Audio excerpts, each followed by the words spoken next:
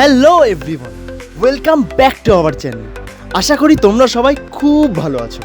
আমরা আবারও বেরিয়ে গেছি একটা ওয়ান ডে রাইডে। প্রত্যেকবারের মতো সকাল সকাল রেডি হয়ে আমি আর রক্সি বেরিয়ে পড়লাম। তো দেখো, আজকে ম্যাডামও খুব একটা লেট করেনি, আমাকে বেশি দাঁড়াতেও হয়নি।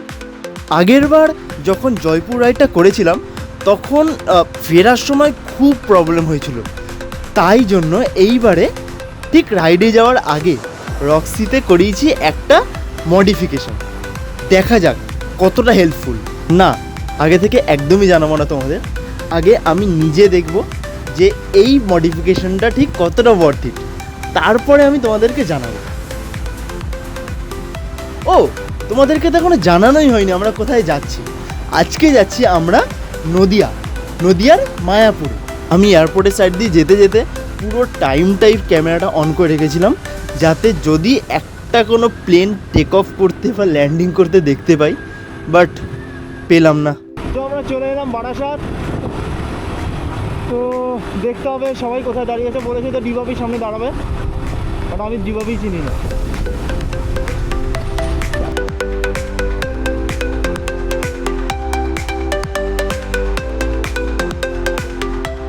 কি গিয়ে দেখি 2-3 জন ছাড়া কেউই আসেনি। বাট আমাদের এবারের লিস্টটা ছিল 25টা বাইক, 35 জন রাইডার।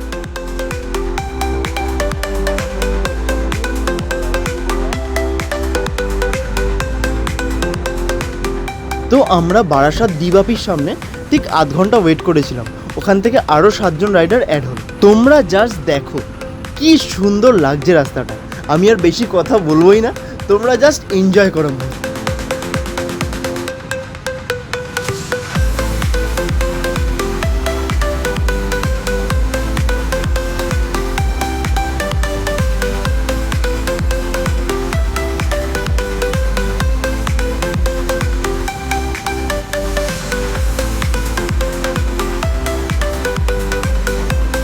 তো আমাদের নেক্সট স্টপ ছিল কৃষ্ণনগরের শঙ্কর মিষ্টান্ন ভাণ্ডার।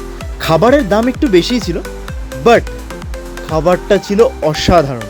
আমি নিয়েছিলাম একটা ধোসা, আর পাখি নিয়েছিল রুটি আর মিক্স ভেজ।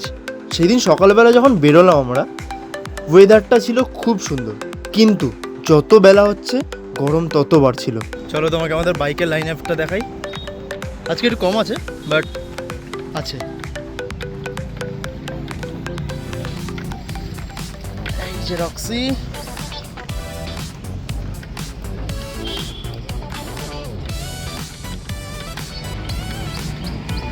আর সেই দিন একটু বেশি গরম ছিল, সবাই জাস্ট হাঁপিয়ে গেছিল।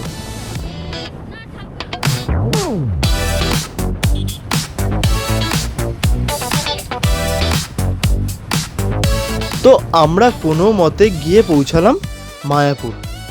বাট মায়াপুরের আইকনিক বিল্ডিংটাই আমরা ফটো তুলিনি, কোনো ভিডিও করিনি, কারণ সবাই গরমে এতটাই ক্লান্ত ছিল যে ফটো ভিডিও করতেই ভুলে গেছিলাম।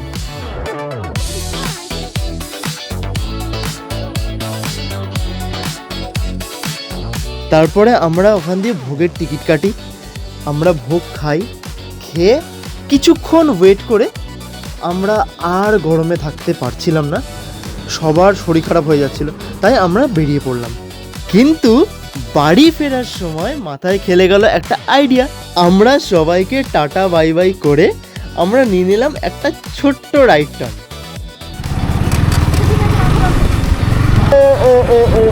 এগুলো তো ঠিক না। তো আমরা রানাঘাট থেকে just Kalyani express highway Ranaghat থেকে ডান দিক মেরে কল্যাণী এক্সপ্রেস হাইওয়ে ধরবো। সেই টাইমেই মাথায় এলো, না এখন কলকাতা যাওয়া যাবে না। আর কারই বা যেতে ইচ্ছা করে বলুন, পাশে যদি কারোর মামা বাড়ি থাকে।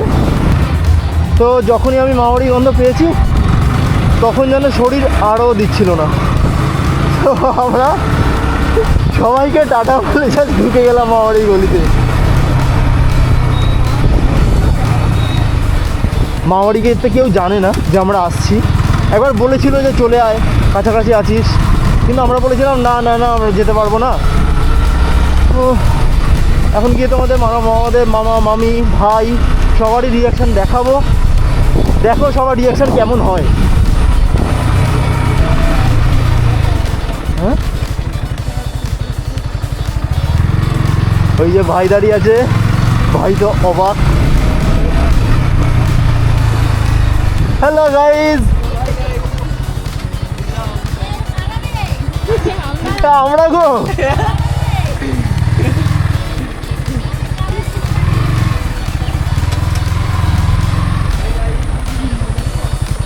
নেই মনে হয়।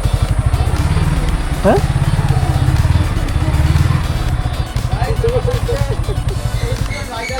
গাইজ আমরা তো পুরো শেষ।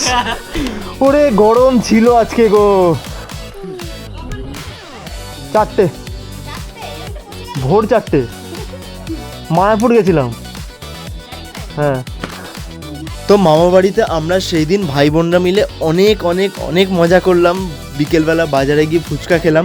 সেই ফুটেজগুলো অবভিয়াসলি নেওয়া হয়েছে, বাট ল্যান্ডস্কেপে নেওয়া হয়নি বলে ফুল ভিডিওতে আমরা অ্যাড করতে পারলাম না। তো সেই দিনটা আমরা খুব মজা করলাম, করে পরের দিন বিকেলবেলা আমরা বেরিয়ে পড়লাম বাড়ির উদ্দেশ্যে।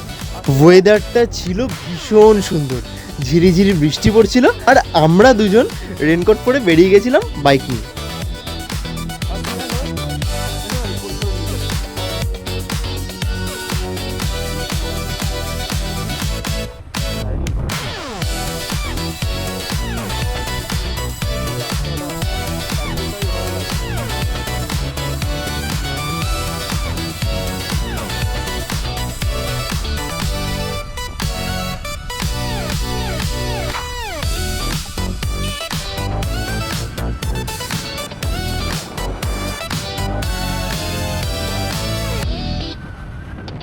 এত সুন্দর ওয়েদার, আর তোমরাই বলো এই ওয়েদারে একটু তেলে ভাজা না হলে হয়?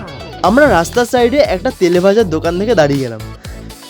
সেখান থেকে আমরা নিয়ে নিলাম ফ্রেঞ্চ ফ্রাই আর চিকেন পকোড়া।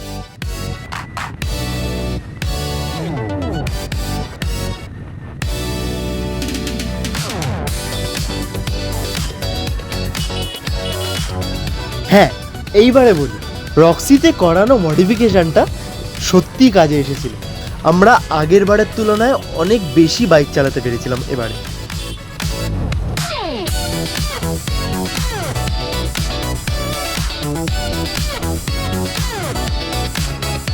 তো দেখো, আমরা দুজনেই খুব সেফলি বাড়ি পৌঁছে গেছিলাম।